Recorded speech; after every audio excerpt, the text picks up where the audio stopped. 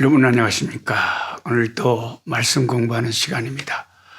성경 공부 1년에 성경 1도 가는 프로그램 꿀송이 보약교티 2021년 10월 4일 월요일 시작하겠습니다. 오늘 마태복음 4장에서 6장 말씀까지입니다. 근데 여러분 이 신약의 3장씩 성경을 읽으면 너무나 나누고 싶은 말씀들이 굉장히 많기 때문에 제가 이 유튜브로 3장을 다 이야기하고 설교를 하려면, 설명을 해드리려면 몇 시간이 필요할 겁니다. 하루 종일 해야 될 겁니다. 그러니까 그 중에 제가 매년 다르게 하려고 애를 씁니다만은 제가 중요하게 생각하는 몇 가지 이야기할 뿐이고, 여러분들이 성경을 그 본문 성경 마태복음 4장에서 6장 안에 있는 말씀들을 읽으시면서 여러분의 마음에 또 다가오는 그 말씀들을 붙잡고 기도하시면 될 것입니다.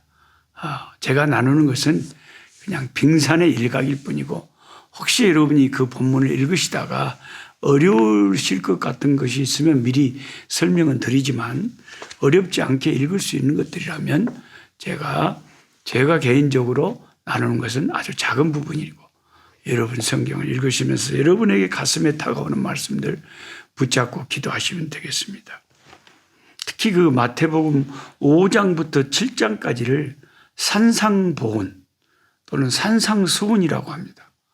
제가 가끔 이렇게 신학자들이 쓰는 용어를 여러분에게 쓰는 이유는 교회에서 목사님들의 설교를 여러분 예배 드릴 때마다 늘 들으셔야 되니까, 이렇게 성경 공부를 하시는 분들은 이제 그런 걸 다 배워가는 거죠. 그래서 그런 용어에 익숙해지는 거죠. 신학자들이 쓰는 용어도 자꾸 성경 공부하는 교사가 이야기를 하다 보면 여러분이 배워서 다 알게 되는 거죠. 산상수훈, 산상보훈, 산 위에서 하신 보배롭고 참 귀한 탁월한 말씀이라고 해서 산상보훈이다, 산상수훈이다. 그게 마태복음 5장부터 7장을 가르쳐서 하는 말씀이다 하는 것입니다. 그런데 오늘 그 마태복음 4장을 우선 보면 시험하는 자 마귀가 예수님을 시험하는 장면이 나옵니다. 일단 예수님이 시험받을 상황이 40일 금식 기도를 하시고 난 직후입니다. 이 시험하는 사탄의 타이밍이 참 우리에게 시사하는 바가 큽니다. 사탄의 시험은 우리의 의표를 찔러버릴 때가 많아요. 무슨 말이냐? 이 사탄이 그만큼 간계하고 교활하다는 거죠. 우리의 상식을 뒤엎어버리는 공격을 한다 이 말이에요. 상식적으로 공격을 하면 우리가 다 막아내니까 상식을 뒤집는 공격을 할 때가 많다는 거예요. 무슨 말이냐면, 아니 40일 금식 기도를 마치신 예수님을 시험하면 되겠습니까? 안 되겠습니까? 안 되죠. 그냥 예수님이 낮잠을 주무시고 막 일어났을 때랄지, 제자들하고 하하하 웃으면서 좀 쉬실 때랄지, 그럴 때 시험을 해야 뭔가 좀 바늘이라도 찔러볼 가능성이 있지. 아니, 하늘에서 오신 하나님의 아들이신 예수님이 40일을 금식을 하셨는데 영원히 깨어있을 만큼 날카롭게 깨어있을 그 금식 기도를 하는 그분을 왜 시험을 합니까? 왜 건드립니까?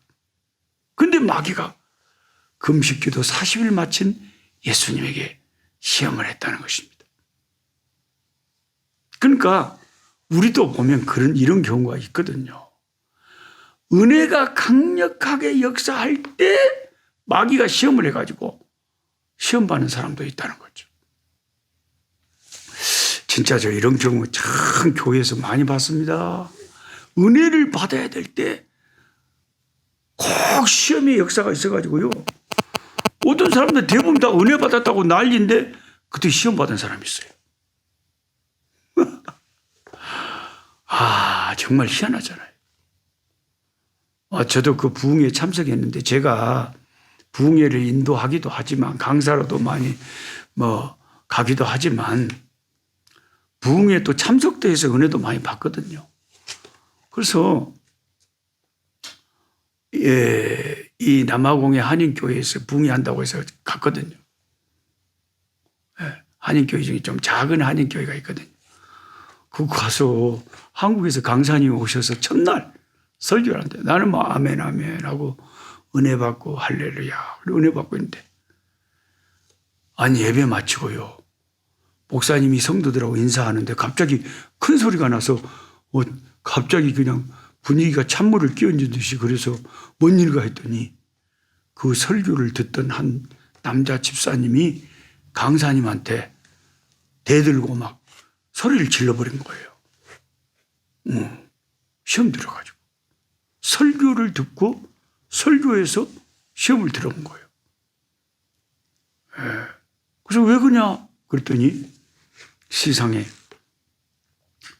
목사님이 말씀을 전하시다가 이제 좀 유머하신다고 농담식으로 그냥 그 머리 숫자가 작은 자 그 대머리 그 남자들도 많잖아요. 머리가 그냥 머리숱이 얼마 없는 사람 살짝씩 그냥 파리가 딱 앉으면 확 미끄러져.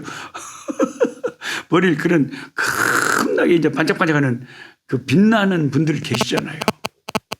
그런데 목사님이 왜 그런 말씀을 하셨는지 모르지만 하여튼 그것은 무슨 유머의 말씀을 하시다가 머리가 없으셔서 막 빛나는 분들 막 그렇게 말씀을 하셨는데 이게 머리가 없는 그 남자 집사님이 좀 영성이 약하긴 약해요. 평상시에 시험도 잘 들고. 그런 사람들이 못 오려고 그럼 오지 말지. 참석을 해가지고 부인이 가자 그러는 거. 참석해갖고 괜히 그 말 듣고 뭐 저런 소리를 한다니 이래가지고 그게 꿍 하고 있다가 예배 마치고 인사하는 목사님한테 어떻게 그런 식으로 이야기할 수 있냐고 큰 소리로 말을 해가지고요. 얼마나 분위기가 어색하게 돼버린지 몰라요. 그 후부터 이 집사님이 아예 참석도 안 하고 그냥 막 뒤에서 집에서 욕만 실컷 하고 그걸 그냥 은혜 받으러 첫날 왔다가 시험 받아가지고 가버렸어요. 여러분 마귀가 역사하면요 마귀는 부흥회 하니까 다 은혜 받겠지 아니라니까요. 어떤 부부는 부흥회하고 은혜 받고 집에 가다가 차 안에서 대판 싸워가지고 집에 가서 부부싸움 해버리고.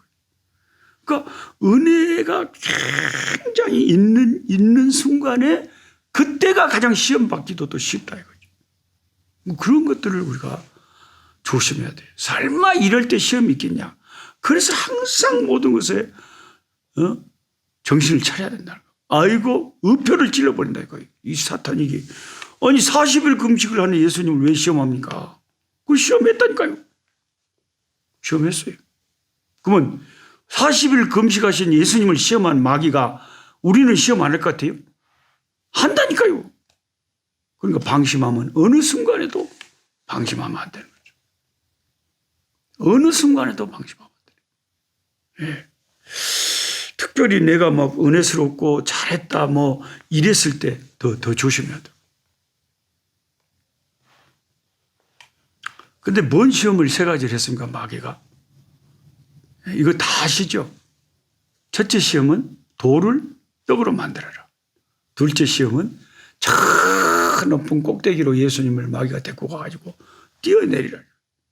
왜? 네가 정말 하나님의 아들이라면 천사가 받들어준다고 시편에 기록이 돼 있지 않냐 이 말이에요. 그럼 그 시편에 기록된 그 메시아인지 한번 확인해 보자.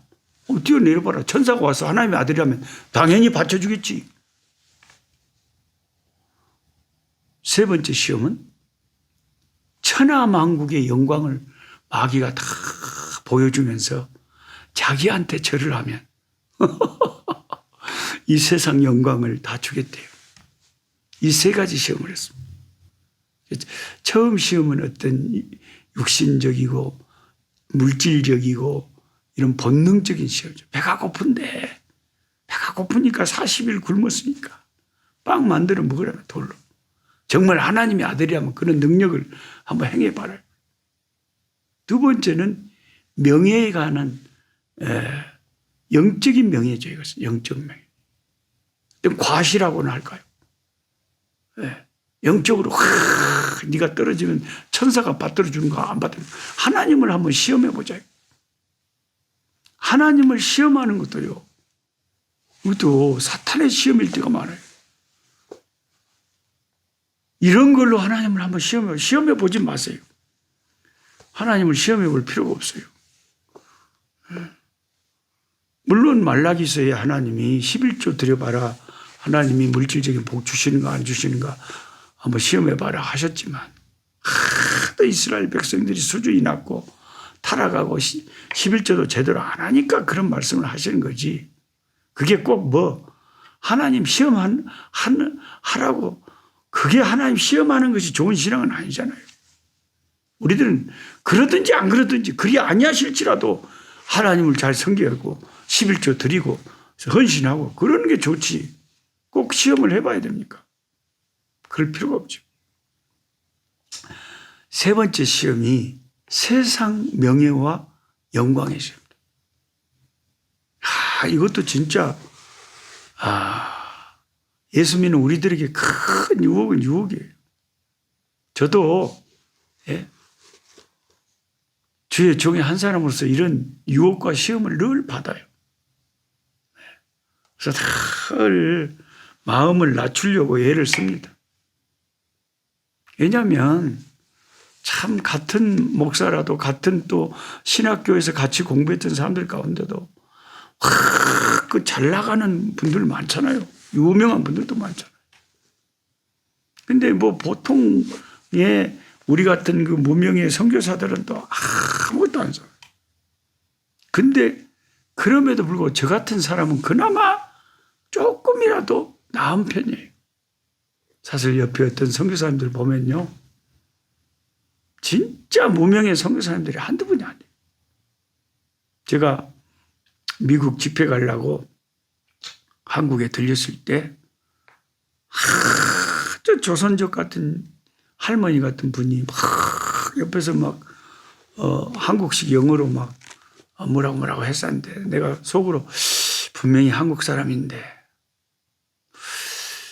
그래서 나중에 한국 사람이냐고 물어보면 한국 사람이에요. 근데 그분은 이 아프리카 남아공에서요. 여기 흑인 남자 목사님하고 결혼을 해가지고 흑인 마을에 살면서 교회를 개척해가지고 교회를 섬겨요. 너무너무 어렵죠. 그런 분도 계세요. 그래서 제가 너무 참 안타깝기도 하고 귀하기도 하고 또 그런 분들은 누가 도와줄 거예요. 그래서 저는 그래도 하나님이 까마귀를 보내서 매일 한두 마리 까마귀는 날라오는데 그래서 그냥 좀 도와드렸죠. 아이고 선교사님 핸드폰도 그게 뭡니까? 지금 몇 년씩을 지금 갖고 있습니까? 스마트폰도 좀 바꾸시고 좀 신발도 사 신으시고 옷도 좀 사 입으시고 그래 헌금 좀 해드렸죠. 헌금 좀 해드렸죠. 그리고 남아공 와서 그 또 남편 목사님 만나가지고 또 좀 도와드리고 격려를 해드리고 그래서 사실은 나보다 잘 나가는 유명한 큰 교회 목사님들도 많지만요. 또 한편으로 보면은요, 나보다 더 어려운 형편에 있는 목사님, 선교사님들도 또 많아요. 또 많아요. 우리가 항상 내 위에 있는 것들만 보고 살면요, 한도 끝도 없지만 나보다 더 어려운 지경에 있는 분들을 보면 또 많아요. 여러분이 아무리 어렵다고 해도요, 더 어려운 사람들도 많다니까요. 더 어려운 사람들도 많다. 예. 그래서 우리는 이 마귀의 그 명예의 시험, 이것에 안 걸려 넘어들려면 항상 나보다 더 어렵게 사시는 분들 생각하고 늘 감사의 마음을 잊지 말아야 돼. 사람이 자족하는 마음. 참 너무 감사하다. 너무 나는 어미 얼마나 감사해. 다일러 어머 금메 말이요. 얼마나 감사해. 이런 생각을 늘 가지고 살아야 그래도 이 사탄의 시험에 덜 들지. 아따, 하나님이 나는 어떻게 저런 똑같이 믿어도 우리 교회 저런 사람은 착착착 쭉쭉빵빵 잘 나가는데 나는 아무리 기도해도 통 안 되고 우리 자녀들도 왜 이렇게 얘를 믿게 쌓고 안 된다냐. 어머, 자꾸 안 되는 거, 어려운 것만 생각하면요 더 힘들어요. 더 시험 들어요. 그러니까 이 마귀 시험에 대해서, 마귀가 예수님도 시험하는데 뭐 우리는 시험 안 하겠어요. 이 마귀의 시험에 이기려면 꼭 명심하세요. 꼭 명심하세요. 나보다 더 어려운 사람들 고맙게 생각하고 감사하게 생각해야 시험이 안 되는 거예요. 남편들도 마찬가지예요. 아이고, 내 아내가 참 고마워. 저 정도면 참 하나님이 좋은 여자를 나한테 아내로 붙여주셔서 너무너무 감사해. 이렇게 생각을 해야 좋지요. 자꾸 불평하고 불만하고는 마귀가 시험하는 거예요. 부인들도 마찬가지예요. 항상 아가서에 있는 것처럼 칭찬하고 좋아하고 고마워하고 그래야지, 아이고 나한테는 과분한 남자다 이렇게 생각을 해야지, 자꾸 잔소리하고 해대고 불만하고 웜에 딴 여자하고 한번 살아보지 했었고 그냥 사람을 그렇게 성가시게 했었다가 나중에 크게 싸움을 하고 의용을 당할 수가 있어요. 부부싸움의 시험도, 모든 내 인생의 마귀의 시험도 만족하지 못하고 기뻐하지 못하고 즐거워하지 못하고 자족하지 못하고 감사하지 못할 때 마귀가 시험하는 거예요. 이 사탄의 시험에서 시험하는 자가 지금도 우는 사자같이 상킬자를 찾아서 막 틈을 노리고 있으니까 여러분 승리하시고 마귀에게 이기시고 강건하시고 다시 일어나시기를 바랍니다. 내일 또 말씀으로 찾아뵙겠습니다. 약한 자 힘주시고 강한 자 바르게 주한 자 정택함이 주님의 뜻이라. 해 아래 압박 있는 곳 주 거기 계셔서 그 팔로 막아 주